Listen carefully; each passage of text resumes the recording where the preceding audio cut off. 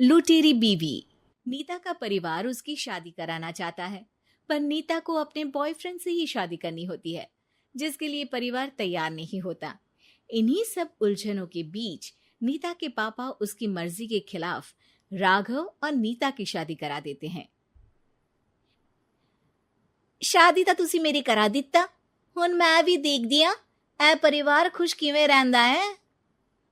अपने गुस्से के चलते नीता शादी के अगले ही दिन से परिवार में सबको उल्टे जवाब देना, किसी की कोई बात ना सुनना और अपने मन मुताबिक रहना शुरू कर देती है, जिससे घर में सबको दिक्कत होती है, लेकिन नीता को कोई कुछ नहीं बोलता।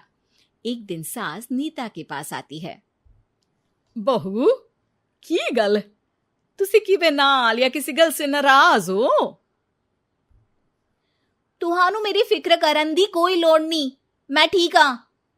ऐसा बोल नीता वहां से चली जाती है, पर सास की बात उसके मन में रह जाती है। शादी के अगले दिन से ही मैं सब दे नाल किन्ना औखा बिहेव किता, फिर भी आ मेरे तो इन्ने प्यार नाल गल किवें कर सकदी आ। मानू नफरत करनी नहीं आउंदी, ऐस करके वो सोचती आ कि एक ना एक दिन तुहाड़ा गुस्सा भी खत्म हो जाऊगा। यह कदे नहीं हो सकता।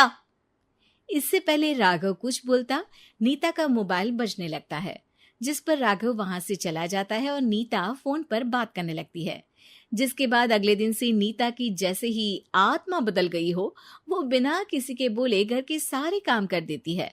उसकी ऐसी काया पलट देख राघव और उसकी माँ हैरान रह जाते हैं। बहू तबियत शबियत ता ठीक सी? तबियत छड्डो मां, मैनू लगदा आ इसदा दिमाग हिल गया। ए तुसी दोनों की गल करी जांदे हो? मैं ठीक आ ते मेरा दिमाग भी। बस आज रियलाइज हो गया कि मैं अपने गुस्से विच कितना प्यारा परिवार ठुकरा रही सी। नीता की बात सुनकर सब बहुत खुश होते हैं और अब नीता सास की सेवा से लेकर पति की हर बात मानने लगती है, जिसकी वजह से कुछ ही समय में घर की सारी भाग दौड़ उसके हाथों में आ जाती है। उसी के साथ सास और राघव भी हर काम के लिए नीता पर ही डिपेंड हो जाते हैं। नीता मेरा लैपटॉप किथे आ? बहू मेरी दवाइयां। अब नीता अच्छी पत्नी और सर्वगुण संपन्न बहू बन गई होती है और इसी तरह विश्वास जीतते हुए एक दिन तिजोरी की चाबियां भी उसके हाथ में आ जाती है। ऐ हुई ना गल, हुन आएगा जिंदगी विच स्वाद। तिजोरी की चाबियां हाथ में आती ही नीता एक रात सास और पति के सोते ही सारे गहने और कैश लेकर घर छोड़ अपने बॉयफ्रेंड के पास चली जाती है। रवि मैं आ गई, अब सानू कोई अलग नहीं कर सकता। ते वेख मैं सारी ज्वेलरी ते कैश भी साथ ले आई। नीता की ये बात सुनकर रवि खुश हो जाता है और वो दोनों साथ रहने लगते हैं, जिसमें नीता पूरा समय काम करती है तो रवि उसके लाए पैसों पर ऐश करता रहता है। मैं तेरे तो प्यार कर दिया ता करके ससुराल छड़ाई, और एक तू आ जो पैसों दे आगे कुछ भी नहीं देखदा। ओ महारानी अपने काम तो काम रख, मेरे ते जुबान लड़ान दी जरूरत नहीं, वरना इस घर तो बाहर कर देना है। ऐ मेरा घरा तेरा ससुराल नहीं, जीवे मन किया रहली इथे रहन लाई, हाथ चला जुबान नहीं। रवि की बातें सुन नीता के सिर पर जैसे आसमान ही टूट जाता है।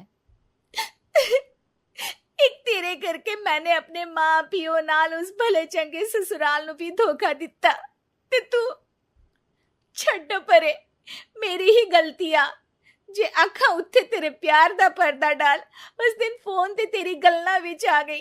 जे नहीं आउंदी ता आज खुशी नाल उथे ही बैठी होनी सी।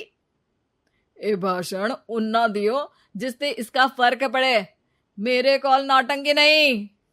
रवि वहां से चला जाता है और नीता रोती पछताती वहीं बैठ जाती है। हाय रब्बा, ए मैं की कर दिता, उस घर विच भी वापस नहीं जा सकती। एक ता घर छोड़ा, नाल चोरी भी की, कोई मेहड़ माफ नहीं करूंगा।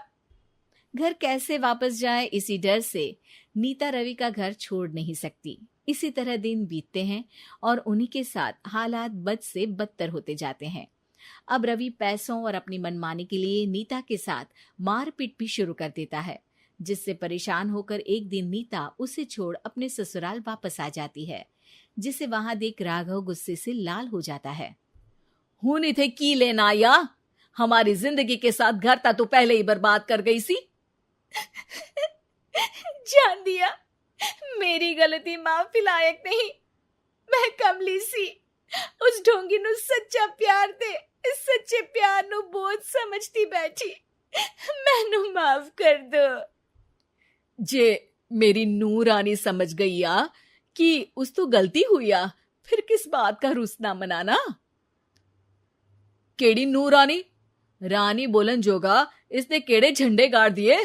मां याद कर, तेरे घर विच चोरी कर बहू ते पत्नी सब रिश्ते तोड़ भाग गई सी। और फिर की मानता रहिया, गलती हो गई सी। एक गलती ता रब भी माफ कर दीता ते तू और मैं ता सिर्फ इंसान ही आ। माफ कर दे, मैं बोल रही आ ये दोबारा कदी कोई गलती नहीं करेगी। इसदा नहीं ता मेरा ही भरोसा कर ले। ठीक आ, जिवे तुहानू ठीक लगे, पर इसे बोल दे मेरे कोलो कोई उम्मीद ना रखे। तुसी जीवे कहोगे। अब सास हर रोज राघव को मनाने की कोई ना कोई नई तिकड़म बताकर नीता को उसके पास भेजती रहती है, जिससे कुछ समय बाद नीता का पछतावा और कोशिशें देखकर राघव भी उसे माफ कर देता